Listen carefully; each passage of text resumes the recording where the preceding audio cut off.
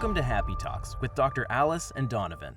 Dr. Alice Fong is a holistic naturopathic doctor and founder of Amor de Soi Wellness. And Donovan Jensen is a software engineer and founder of HowToHappy.com. Together, they're out to cause more happiness in the world. Hello, everyone. Welcome to Happy Talks. My name is Dr. Alice, and this is Donovan. And today we're going to talk about how to deal with burnout. Yeah, so we just got through a pretty rough 2020. It's been a rough year for a lot of people in a lot of different ways. So we might be feeling burnout and tired and fatigued and exhausted. So Donovan, what are your thoughts on, what we should do about burnout when we're feeling just really, Yeah, so to me, there's kind of two different scenarios or two different paths to like burnout or positions that you can start from.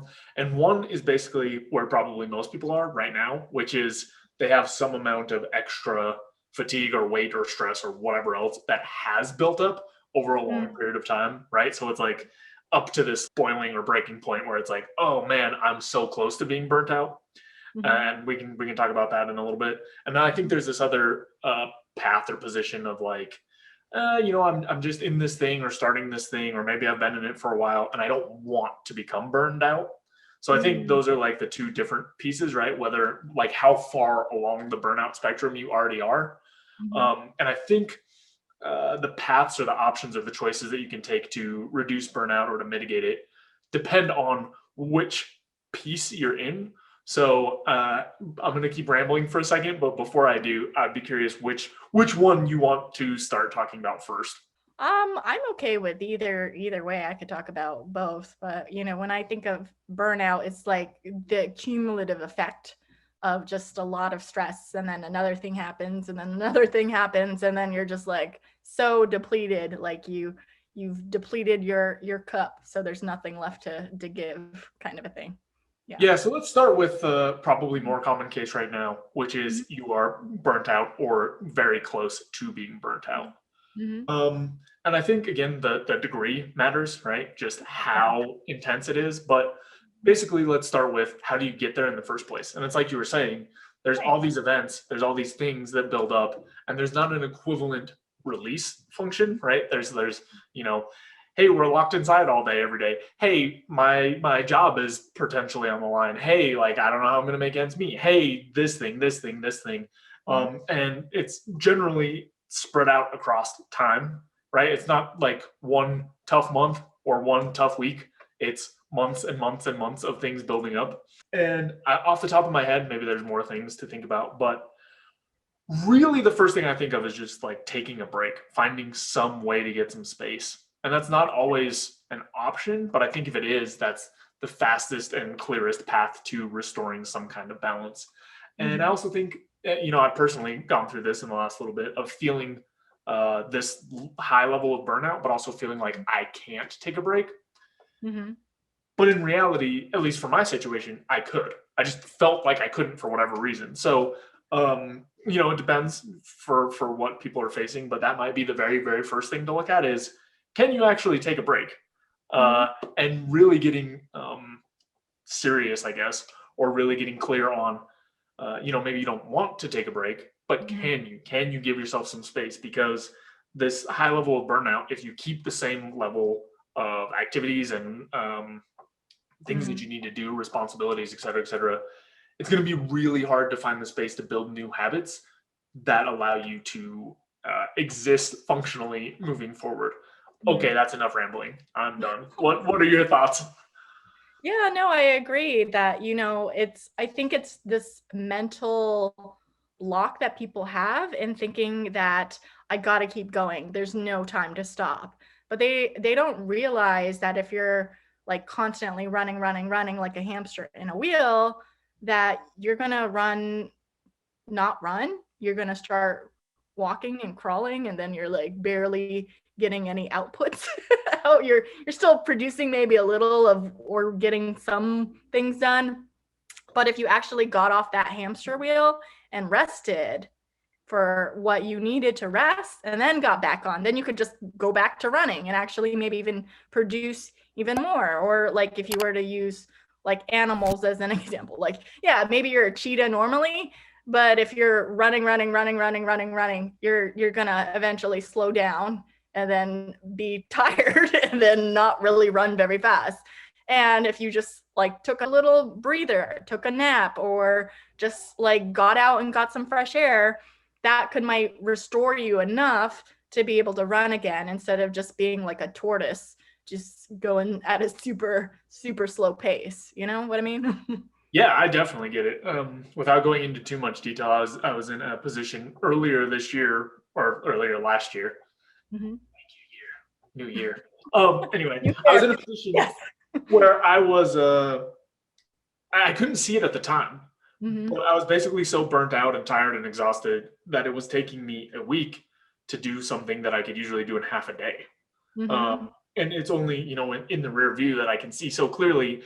how bogged down I was. But then, maybe that's another thing to look at is how is your level of burnout or your just general mood affecting your ability to produce? Obviously, it doesn't feel awesome as well. Yeah. But you may look at kind of your historical output and see a huge disparity, because part of what was making me in that time go, oh, I just have to keep pushing forward. I have to do it, was Right. thinking like, oh, I'm keeping up, I'm getting enough done, I'm making progress. But in Right. retrospect, that was not true at all. And Mhm. had I compared it to what I was able to produce or where I was at before, I would have seen a huge gap. Not to mention, just my general affect and my quality of life was much lower than normal. So I think that's a really good point, is to recognize how much these feelings can impact your productivity. Mhm. Absolutely. Yeah, it kind of reminds me about when I was in medical school. I don't know if I shared this story before, but I'm gonna share it again. But yeah, when I was in medical school, my first year, I remember in my second quarter, I had like 9 finals in that week. And so I literally was like cramming my ass off, like up till super late. I'm getting 4 hours of sleep, just like trying to like study hard. And I didn't even realize, like, if I study past a certain time period, like nothing is really going into my brain. It's just like making me more tired. And ultimately, I didn't really do that well on my finals. And that was kind of disappointing. And not only that, I ended up being sick for a week in bed for my spring break. So that's how I spent my spring break, because I just like pushed my body to the edge and beyond, and just my body couldn't handle it. I was just like so burnt and tired. I was living off rock star energy drinks, and it just wasn't a good situation. And so like the next quarter, I realized, I really need to be better about time management. I really need to get enough sleep. I really need to practice mindfulness, and that turned everything around. I wouldn't study past 10 p.m. I was like, set a hard stop. Sleep is the bigger priority. I need at least, 7 hours of sleep. 4 hours is definitely not sufficient for me. And yeah, I started taking care of myself, eating better, and just being, especially time management, super huge. Stop procrastinating, be better about managing my time. But yeah, it made such a difference. I performed infinitely better on my finals in my last quarter than I did in my second quarter, where I just did it terribly. And it just made me think, it's like, oh yeah, self-care, so important, so critical. And it's hard because you're like, you want to do the best that you can, so you want to keep going. You don't realize that can actually set you back and actually perform worse. So I think it's a really important reminder to remember that don't feel guilty. It's necessary, that it's a necessary part of survival to take breaks, to slow down, to sleep, to get rest, to eat well. Like that's important, so you can keep running and running. Yeah, and I think it gets into the core of kind of timelines, right? Yeah. Uh, there are certain situations and there are certain projects or whatever that you can push a little harder on for a while. The Yeah. problem becomes, and I think this is very common, Mhm. when that, one time push starts making its way into, oh, this is just how I live now. And Right. I Yeah. think, finding that balance is one of the ways, going back to kind of the two pieces I talked about before, to mitigate burnout before it starts developing, is recognizing what's actually realistic and when those trade-offs make sense. because it doesn't make sense very often to make those trade-offs of like self-care and other things. And it definitely doesn't make sense to do that consistently. And I know that's where I was, right? I was at a point where I was trying to cram every waking minute with something productive and zero downtime. And that might work for a short period. You may want to really push through on something and make it happen. But when you extend that over months, over years, at some point, you're going to have to pay the price of all that fatigue and all that buildup and all that lack of kind of funneling the stress somewhere or relieving it in some way. So I think that was a really good, segue into that topic. I'd be curious if you have any ideas for, because it sounds like both of us kind of walked all the way down the path to burnout and then had a bad experience and then figured out how to do these things. So I'd be curious if you have any ideas for like, how can we maybe notice these things before we're already having a very bad time? Yeah, no, I think that's a really good question. And just before I get into that, I just want to like add on to what you were saying about, it is okay to have like those instances once in a while. Yeah, sometimes there's this urgent deadline, but when you start to notice that it's like a reoccurring theme in your life where everything seems like life or death situation deadline, that's where we need to take a step back. And it's like, is really anyone going to die if I don't meet this deadline? And that's a really important question, I think, to evaluate for yourself, because if you're always treating every situation like life or death, someone could die, then it's like your body is in this fight or flight mode, and that leads to a lot of health issues. It not decreases your focus, it decreases your motivation, your energy, it decreases your immune function. It just makes you cranky and grumpy. And so I think like adding to what, your question about, what do you do about that? It's like, first start to notice and become aware of when you're not being a pleasant person. Because when I'm tired and not getting enough sleep, yes, I try to start to be a little shorter with people. I'm grumpier with people. I'm not so happy and cheery as I know I typically am. So that's a key sign of like, okay, something's off about me. What's going on? What's going on with me that's making me like this unpleasant person to be around? And do I want to live this way? No, I don't. So clearly, what do I need for myself is time for me. And that's what happens too. It's like, I'm someone that's always giving. I like to help people and I'm always helping people, but I have to also realize I need to set boundaries and step back sometimes when I'm feeling like, if I feel I love helping people, but if I notice that I feel grumpy about helping someone, I'm like resenting that they asked for something from me, then I know I'm like, that's not usually me. That just means I need some time for me to like recover so I can give more. Otherwise, that's not who I know myself to be. So I want to be someone who is giving, but not to the point of like depleting myself where I can't give to anyone anymore. And then the other thing as far as burnout goes is to just like let go of the guilt. We've talked about this in a previous episode of just not feeling bad about taking time for you, and that, if these people that love you and care about you and you want to give to them, and you don't give them what they need, if they really love you and care about you, they want you to take care of yourself. They don't want you to be a miserable grump, probably, most likely. Maybe they don't care, but if they really love and care about you, they want you to be like happy generally. So, taking some time, and maybe that requires communication on your part to tell them, hey, this is all the things that's going on in my life. I know you have like this picture and you want me to help you, and I want to help you. But just to paint the picture, this is all that's going on in my life. I've got way too much on my plate, and I really need to like say no for now. Okay, I love you, but no for now, kind of a thing. So communicating rather than just taking it on and resenting the person for asking for another thing.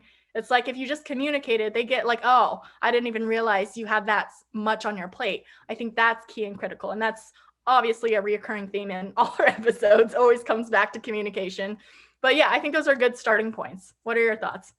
Yeah, I think that brings out kind of I'm basically just going to echo what you said in a slightly different way, but it brings out two nice things for me. One is, if you start to notice either emotional or behavior differences that are not who you want to be or out of the ordinary for you, that's probably one red flag that you may be on the path to burnout. And that also, I think, you can see most clearly in your relationships, right? If your relationships start suffering in a way that is related to the way that you're acting or feeling or thinking or whatever else, I think that's a really good place to hone in on and do some more searching to see what's going on. The other piece of that that I wanted to add on is I think actually our relationships are a great way to test where and how we're burnt out as well. And by test, I just mean like asking other people, right? Are you seeing me, like, how well do you think I'm dealing with stress? Where do you think I'm at? And obviously this is for our relationships that are deep and we feel comfortable having these sorts of conversations, not just, talking to your boss, like, do I seem like I have it together? Maybe not quite the right time. But something in that realm of just getting some extra input from outside sources, because like we kind of talked about a little bit, I think it can be hard sometimes in the moment until it gets up to a point where it's a problem to see the effect it's having on you. But I know for me, like while I was going through that period, other people were saying like, you are not balancing things well. You are way too stressed out. And it wasn't quite enough for me at the time. I wish that it was, to break me out of kind of the habits or the expectations I had for myself. But I think that's a really good resource. The other piece that I wanted to talk about that kind of came up is really prioritizing what actually needs to get done. I know that for me, and I think you mentioned it as well, I had this feeling of like, I have to get all this stuff done. I have to. Right. And if I took a step back and really prioritized, which is what I did after I was completely burnt out, there was a lot of things that did not need to be done at that pace and was hitting diminishing returns. It's kind of like wrapping together everything we've talked about. Yeah. But basically for a large period of time, like I said, I was trying to schedule all day with productive things. And, so I have like a book that I've been working on for a long time, and I might have scheduled 2 or 3 hours for that.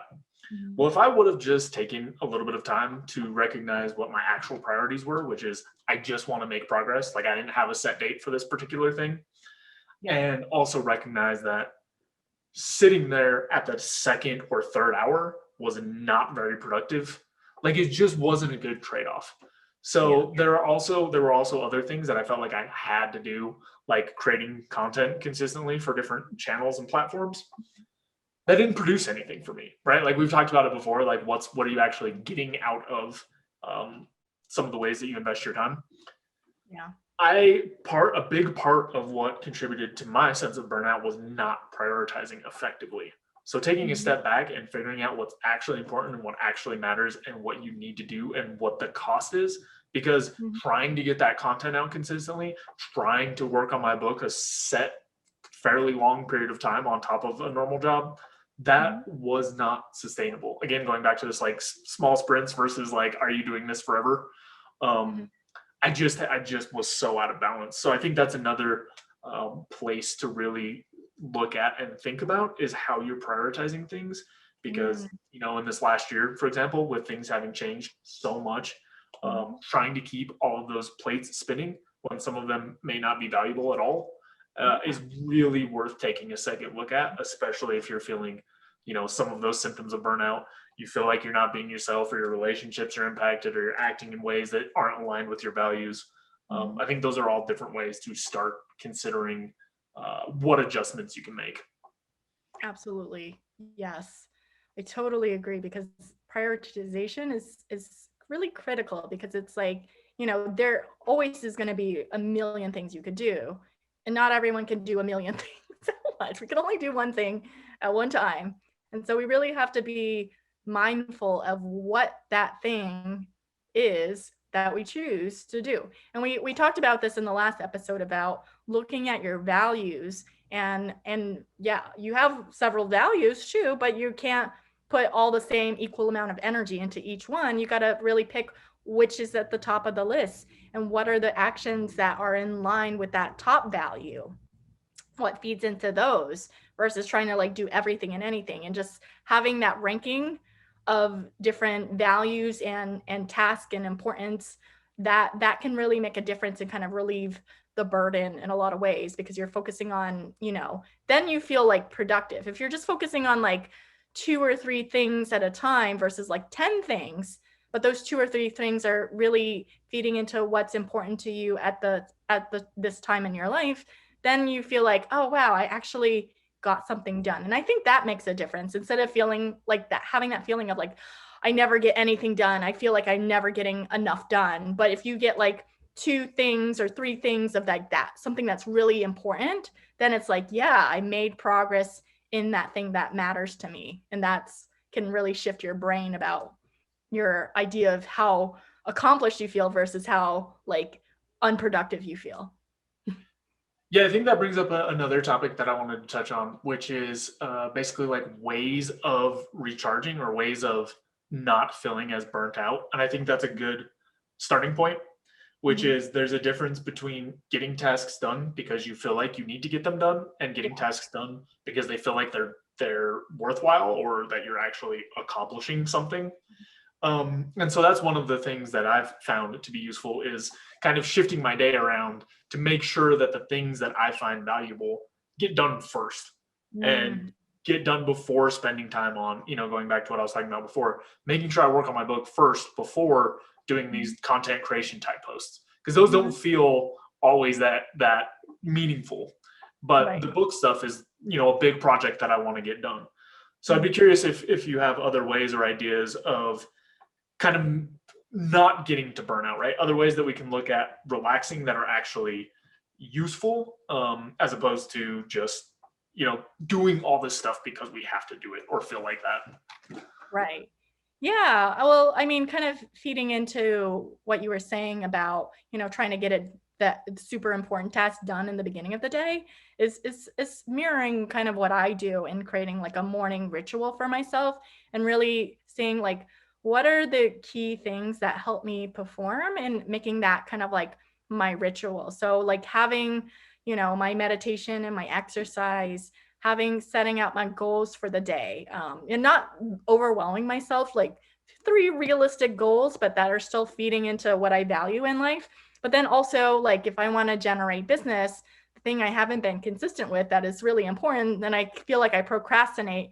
But I know I need to put it as like a part of just my morning ritual, is like revenue generating activities, which is like either following up with past clients and being like, hey, checking in, what's up, or reaching out to prospects and saying like, hey, this is what I'm up to, is this something you might be interested in? Just like being proactive on the court in those moments, because like throughout the day I just get caught up, like I'm seeing clients, I'm just like have all these other things, and it just like I haven't been consistent because I'm like, oh, I'll just fit it in when I have time, but then I never have time, so it just doesn't happen. So just like having it done out of the way in the beginning of the day, rather than like, oh, I'll fit it in later when I get to it, and it never happens. So I've created for this year, and again, I have to like pull myself. I'm not always like, I fall off the wagon with my morning ritual too. I'm a human being, but I know when I'm consistent with it, it makes such a difference in how I feel. I feel more productive. I feel more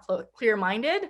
And I feel like I just accomplish so much. So it's like getting that thing that's major priority done right off the bat, I think would make a difference for a lot of people in addressing their burnout, and yeah, reframing their mind and really thinking about, okay, what's realistic to get done, not thinking like 10 things at a time, just like focusing on a smaller amount, like 2 or 3 items. I think that shifts our mind and feeling like, yeah, I did good today because I got that 1 or 2 major items, critical items done. Yeah. Yeah, I think for burnout specifically, getting your most important tasks done early in the morning, or relatively early compared to whatever other tasks, is really useful, because it does give you that sense of, I guess, accomplishment or freedom. I know for me in the past, some of the conversations I've had with other people, one of the worst things or one of the fastest ways to build up burnout is just feeling like you have these tasks hanging over your head indefinitely. Part of that is probably reframing or figuring out what actually needs to be done, but part of that is also just actually getting the stuff that has to get done. So I think what you talked about is a good way to frame that and start thinking about those ideas. On a related note, I also wanted to talk a little bit about what you think in terms of, let's say that, okay, I looked at my schedule again, I made an hour for myself.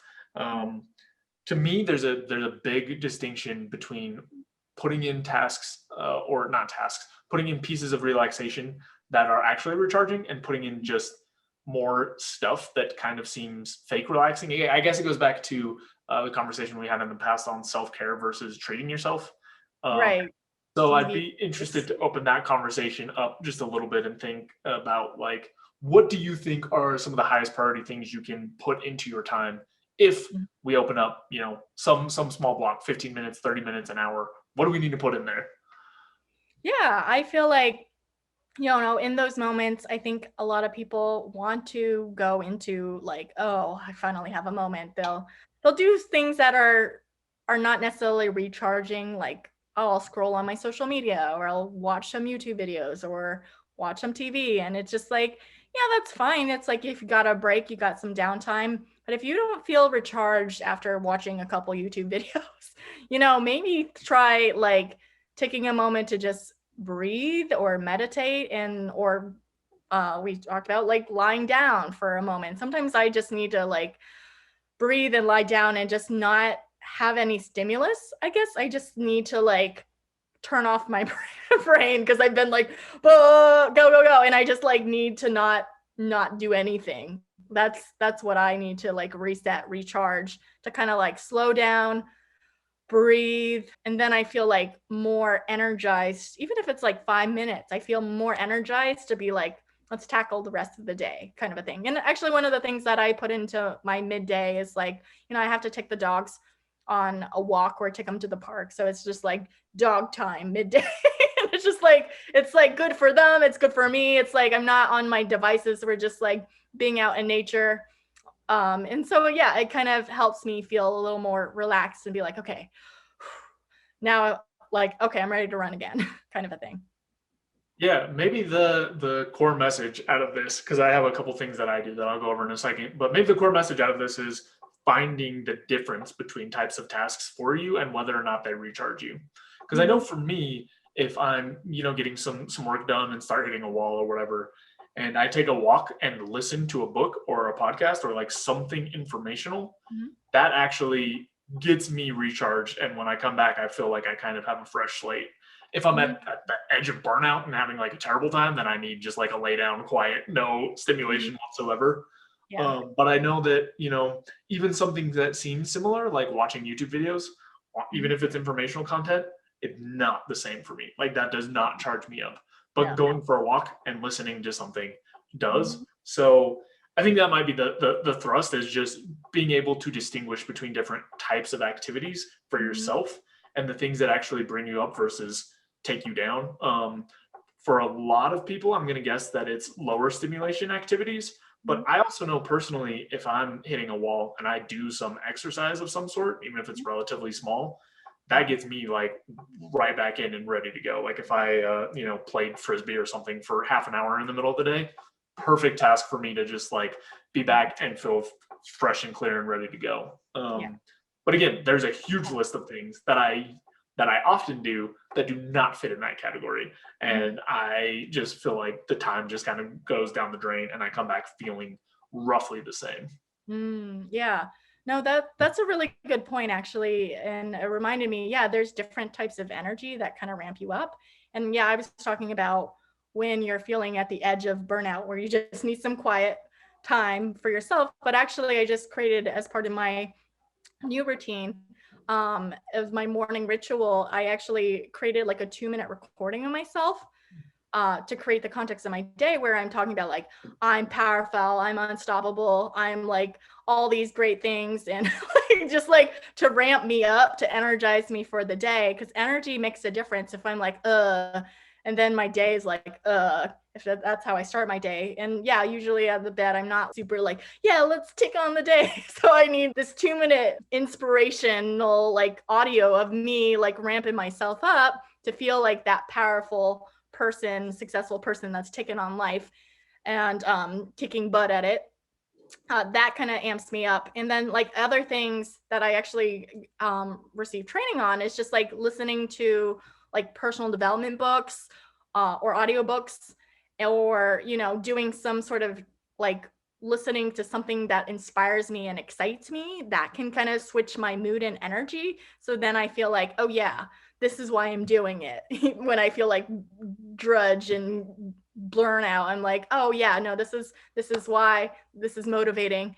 Yeah, so listening to things that are motivating and inspiring can like drive that energy up too. So yeah, I think it's important to assess which phase of the cycle that you are on. Just like one thing I wanted to mention, just from a doctor's perspective, is like this thing called adrenal fatigue, which is kind of like a burnout essentially, where our adrenal glands are responsible for shooting out our hormones, cortisol, like going. But the thing is like, if you are constantly shooting out cortisol, eventually your adrenal glands are like, I'm tired. And then it's like, it's like slowly spewing out the cortisol because it's been doing this for like way too long. And it just like, now it's like, it's like little crawl.